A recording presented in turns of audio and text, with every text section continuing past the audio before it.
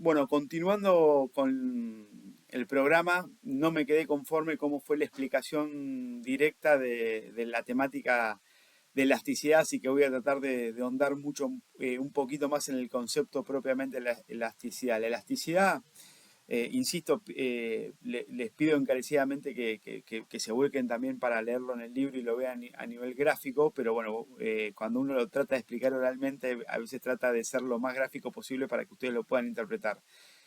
Volviendo un poquitito, la elasticidad mide tanto cómo responden los compradores y vendedores a cambios en las condiciones del mercado. En sí es una herramienta clave que nos permite cuantificar la magnitud de los efectos. En sí lo que voy a tratar de generar es un complemento de lo que vimos en el video anterior.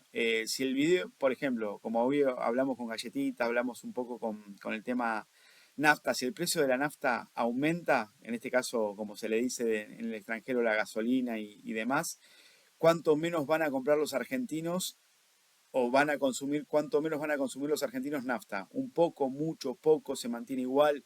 En sí es un bien que nosotros tenemos que usar el auto, independientemente si aumento o baja, la elasticidad nos va a dar respuesta justamente de eso.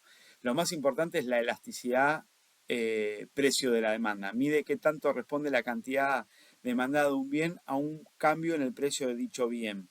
Se calcula como el cambio porcentual en la cantidad demandada dividido por el cambio porcentual en el precio. Los economistas en sí usan esta fórmula muy a menudo para buscar el punto medio de precisión, porque creo que eso se hace con la fórmula básica, que es muy conceptual, que lo pueden ver en el libro, que es ahí les tiro la fórmula, pero si quieren ir marcándola cuando yo se los voy diciendo, pero lo van a ver en cualquier libro, que es la elasticidad de precio-demanda, como dije recién, es igual al porcentaje de cambio en la cantidad demandada dividido el porcentaje de cambio en el precio. Si la elasticidad es mayor que uno, decimos que la demanda es elástica. Esto significa que un pequeño cambio en el precio provoca un cambio proporcionalmente mayor en la cantidad demandada. Ejemplos hay muchísimos de esto. Típicos son los bienes que tienen muchos sustitutos cercanos o, por ejemplo, también los bienes de lujo. De forma contraria, si la elasticidad precio es menor que uno, la demanda es totalmente inelástica. Aquí un cambio en el precio provoca un cambio proporcionalmente menor en la cantidad demandada. Piensen en bienes básicos sin bienes sustitutos, como la sal o quizás la nafta, como dijimos recién, que de por sí se tiene que seguir consumiendo de forma programada porque tenemos que utilizar el auto. Después, si la elasticidad es exactamente uno, esa elasticidad se dice que es unitaria. Si es cero, es perfectamente inelástica. Ahí lo que nosotros vimos recién era la elástica, inelástica, si es uno, que es unitaria, que es completamente elástica, y si es cero, es perfectamente inelástica, que sería el otro extremo. En el caso que si es cero y es perfectamente inelástica, la cantidad demandada no cambia nada con el precio, como un medicamento vital que no tiene sustituto. Un medicamento que nosotros consumimos por un tema específico para algo, para la salud, es difícil que nosotros lo podamos cambiar si es una droga única que lo tiene un medicamento determinado. Y tiende a infinito, si vamos al opuesto, si es perfectamente elástico. Los consumidores compran cualquier cantidad a un precio dado, pero nada si el precio sube, aunque sea un poco típico de mercados muy competitivos sería en este caso. ¿Qué significa? El tema de las galletitas. Busco otra galletita si subió la bagle y me busco una sustituta. A eso me refiero. Así que ahí vimos totalmente los polos totalmente opuestos. ¿Qué factores determinan la elasticidad precio? La disponibilidad de sustitutos cercanos. Más sustitutos, más elástica es el ejemplo más claro que les puedo dar.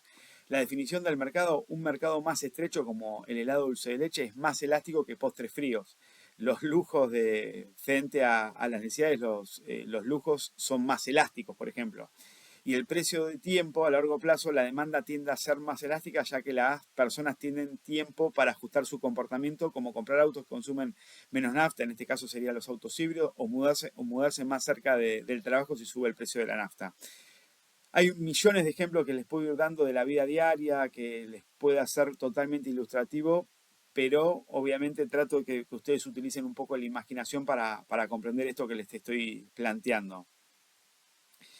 Vamos a un ejemplo que lo vemos recién, que vimos el precio de la nafta, de galletitas y demás. Piensen en el precio del boleto de colectivo. Si sube mucho, ¿qué pasa? ¿Cómo responden las personas si sube el boleto del colectivo? Posiblemente incida muy poco. Algunas quizás empiecen a caminar distancias cortas, otras usen bicicleta, algunas compartan auto, o si es un aumento muy grande podría afectar el uso para actividades no esenciales.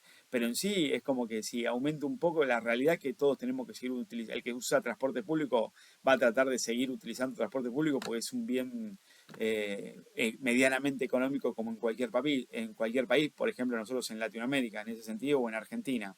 Esto sugiere que una elasticidad esto sugiere que tiene una elasticidad precio, aunque sea inelástica, no hay muchas alternativas que nosotros podamos elegir en el caso del transporte público. Y ahora, como bien hablamos de galletitas. El ejemplo de un tipo de galletita en particular, por ejemplo, no sé, los anillitos de Bagley. ¿Qué pasa si sube mucho? Es probable que la gente cambie a otra marca de galletitas o a un sustituto justamente de las galletitas, pero la demanda de galletitas también va a seguir totalmente lineal. La demanda en sí puede cambiar la marca, puede cambiar por algún sustituto, pero es probablemente más elástica porque tiene muchos sustitutos cercanos y por lo tanto algo va a buscar el consumidor para sustituir esa galletita que consideró que aumentó mucho y va a buscar otro tipo de anillito, otro tipo de galletita que hay en la góndola que pueda sustituirlo. Esta distinción entre bienes con y sin sustitutos cercanos es clave para entender la elasticidad. Vimos con el tema del transporte público que no hay muchas opciones y vimos con el tema de las galletitas, que buscar cualquier otro tipo de galletita para sustituirlo. Ustedes como gestores públicos, la elasticidad es vital para pensar en la gestión, en lo que ustedes van a generar. Por ejemplo, ustedes van a generar en la gestión pública, pensar en impuestos, van a pensar en subsidios, van a pensar en cómo eso puede incidir directamente en el precio. Por ejemplo, si nosotros pensamos en impuestos y pensamos en elasticidad, un impuesto sobre un bien con demanda muy elástica hará que la cantidad demandada caiga mucho, afectando a la recaudación y generando mayores distorsiones. Un impuesto sobre un bien con demanda inelástica generará menos caída en la cantidad, potencialmente mayor recaudación, pero la carga del impuesto va a recaer sobre los consumidores. Esas son las distinciones que tenemos que hacer nosotros cuando intervenimos en estos conceptos que sí van a incidir en el todo como ustedes como gestores públicos del día del mañana. En sí hay también otras elasticidades, la elasticidad de ingreso de la demanda, que va a medir cómo responde la cantidad demandada a cambios en el ingreso de los consumidores. Los bienes normales tienen elasticidad de ingreso positiva, es decir, que si compramos más, eh, vamos a comprar más un producto si nuestro ingreso sube. Los inferiores, que serían los opuestos, tienen elasticidad de ingreso negativa, por ejemplo. Compramos menos si nuestro ingresos en sí compramos menos si nuestro ingreso sube. Se me hace el trabalengua ahí porque justamente es como tratar de seguir el lineamiento de lo que les quiero expresar.